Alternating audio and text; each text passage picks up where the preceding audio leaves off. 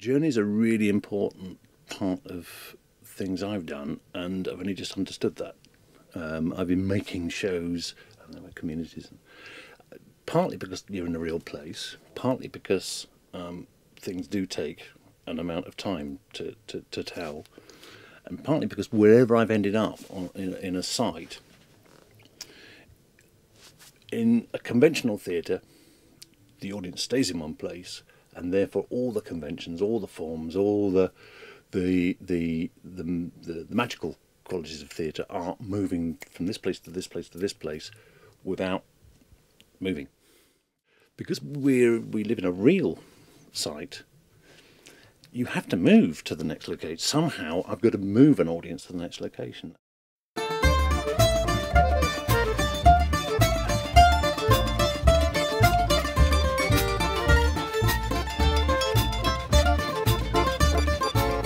When we're making the shows, we rock up in a place and we try not to bring too much stuff with us. And what we found is, if you bring everything, if you bring your kit and your set and your story and your actors and your music, and actually then you've cut yourself off from all the treasure you might find. And I think we've got braver and braver at leaving stuff behind and having faith that we will find wonder.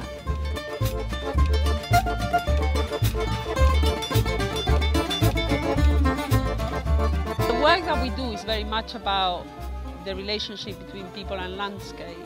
So the very first thing we always do is to explore a site really carefully and see what stories it tells really.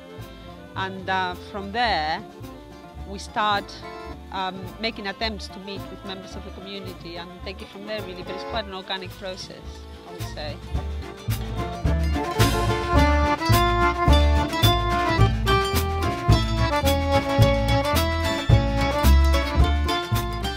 When I first did site-specific stuff, it was always the landscape that attracted me. And you'd be going to places ideally deserted, and you're looking at something that's just really evocative, and then you can start to build and you place something on there.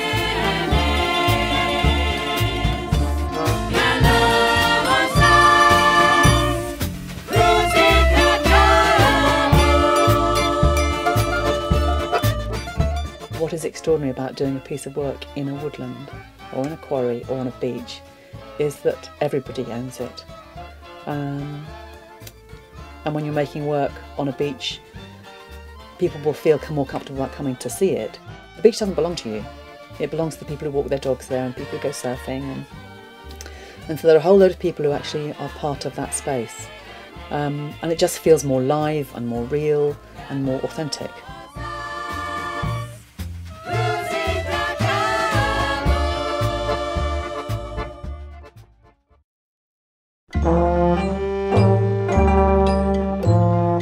There's a key bit of bravery which Bill does, which is to not carry this kind of safety harness of narrative kit, you know, prepared pieces. I just think it's I'm always still amazed and awestruck by his capacity to let go of the control of things, to try and to see what comes in. And it's not hippy dippy liberal. He's actually very rigorous. But it's the process means he doesn't close the doors too soon.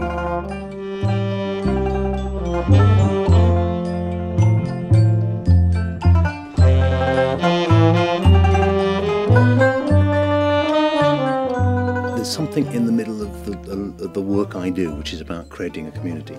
Not because that's what I want to do, but because that's what interests me, it puzzles me. Most of the stories start off with a community that's formed. And they usually break up.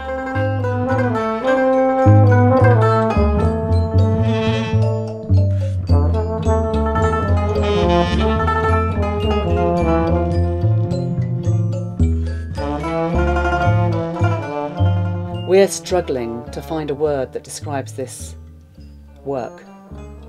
And we're having to use theatre because we don't have a better word.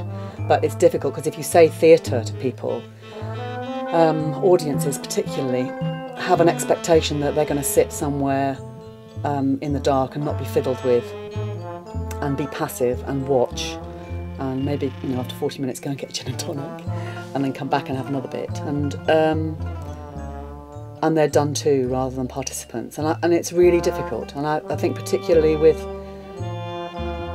well, it particularly happened with Sutra. I know it happened with A Very Old Man as well, where the audience is enrolled into the same space as the actors, and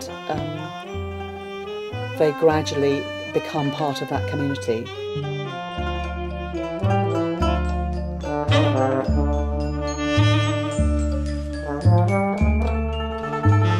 Quite astonishing how much it touches people, because all it does is introduce, like dropping pebbles in a pond, it stirs feelings, and what they make of those feelings is up to them. And sometimes the poignancy of it, you can really feel that they've been on something of a great journey.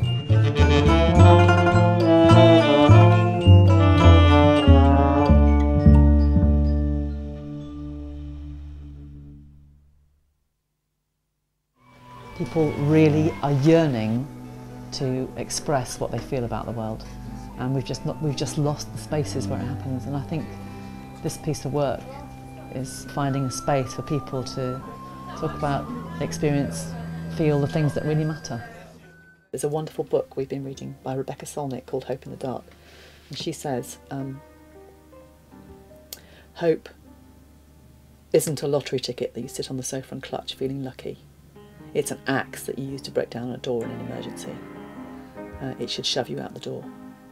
And that's another kind of core theme for us.